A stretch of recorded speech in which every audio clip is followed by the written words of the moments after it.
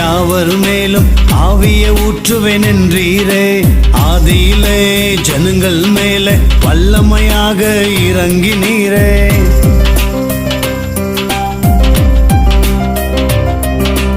மாம்சமான யாவர் மேலும் ஆவியை ஊற்றுவேன் என்றீரே.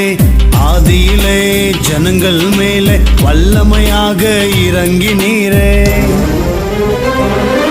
இது நுகங்களை முறிக்கும் அபிஷேகம், இது கட்டுகளை உடைக்கும் அபிஷேகம். இது நுகங்களை முறிக்கும் அபிஷேகம், இது கட்டுகளை உடைக்கும் அபிஷேகம்.